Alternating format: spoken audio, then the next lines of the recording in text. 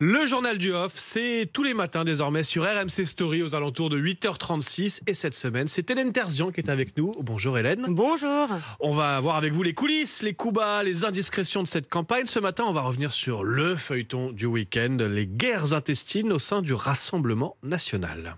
Oui, depuis que Marion Maréchal, la nièce de Marine Le Pen, a clairement dit qu'elle ne soutiendrait pas sa tante et qu'elle penchait plutôt pour Éric Zemmour, rien ne va plus.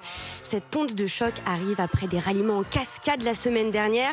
Alors quand cette fois c'est l'eurodéputé Nicolas Bay qui pourrait basculer, c'en est trop pour Marine Le Pen. Ce week-end, elle a remis les points sur les i. De manière générale, ceux qui veulent partir partent, mais ils partent maintenant. Recadrage en règle qui s'ajoute en coulisses à des mots bien plus crus dans l'équipe de Marine Le Pen à l'égard de Nicolas Bay. Un de ses anciens collaborateurs qui est au passage passé lui chez Zemmour trouve que le RN mène une guerre psychologique. Résultat, si ceux qui hésitent se sentent insultés, ils iront voir ailleurs. Sentiment partagé chez un proche de Stéphane Ravier, sénateur RN, lui aussi soupçonné de vouloir franchir le Rubicon. Mais comment on digère ce week-end au sein du clan de Marine Le Pen ? Avec sérénité, enfin c'est ce qu'on dit. Une fidèle de la candidate n'a qu'une crainte, c'est que ce feuilleton empêche de faire campagne. Avant, on avait le Covid, maintenant, on a les pseudo-ralliements des gens chez Zemmour. Elle veut aussi se rassurer. Eux, ils ont Collard et nous, on a Viktor Orban. Orban, le Premier ministre nationaliste hongrois qui avait reçu il y a quelques mois Marine Le Pen en grande pompe. Ouais, on s'en souvient. Mais alors, comment compte-t-il se sortir, tourner la page de cette séquence ? C'est bien connu, chez les Le Pen, tout se règle en famille. Un conseiller, lui aussi, dans la famille, justement, reste confiant. Il estime que l'union des droites voulue par Zemmour, c'est une régression. Nous, dit-il, on n'est plus dans le clivage droite-gauche. La gauche n'existe plus et la droite est macronisée. On construit le bloc populaire face au bloc élitaire d'Emmanuel Macron. Et il va plus loin. En fait, Zemmour refait du Jean-Marie Le Pen des années 80.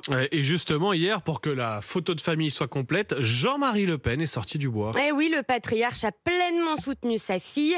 Et il ne comprend pas les atermoiements de sa petite fille qui penche pour Zemmour. Je veux dire que je ne comprendrais pas parce que si les programmes sont parallèles, tout doit l'apprêter à être plutôt du côté de sa tante que du côté de l'inconnu. Pour la petite histoire, lorsque Jean-Marie Le Pen répond à ce moment-là à nos confrères de BFM TV, toute la famille est réunie pour partager des crêpes à l'occasion de la Chandeleur en avance. Tradition familiale oblige, il paraît. C'est ça aussi le journal du off d'Hélène Terzian. Vous avez le menu même et donc cette Chandeleur en avance chez les Le Pen. L'autre info à retenir, Hélène, c'est bien sûr Christiane Taubira qui remporte la primaire populaire. Oui, elle est là à la gauche. Un cadre du RN que je citais à l'instant disait qu'elle n'existe plus. Elle est bien là. Avec Christiane Taubira, il y a même 7 candidats pour le prix d'un. Ce qui est loin, vous allez l'entendre, de plaire à la socialiste Anne Hidalgo hier soir sur France 5. Une candidate de plus, c'est une candidature de plus. Elle ne renonce pas à faire l'union de la gauche. Une candidature de plus.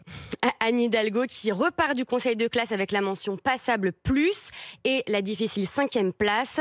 Dans son entourage, on dézingue le résultat. Ça va faire le buzz pendant une semaine. Ensuite, on pourra avancer.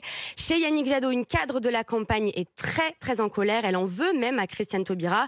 Elle le dit, ça fait 1 an, moi, que je lui ai écrit pour qu'elle se présente. Tout était ouvert à ce moment-là et maintenant, elle fait ça à 69 jours de l'élection.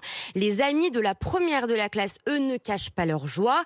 À partir de maintenant, Taubira, c'est pas la candidature en plus, c'est la candidature en mieux.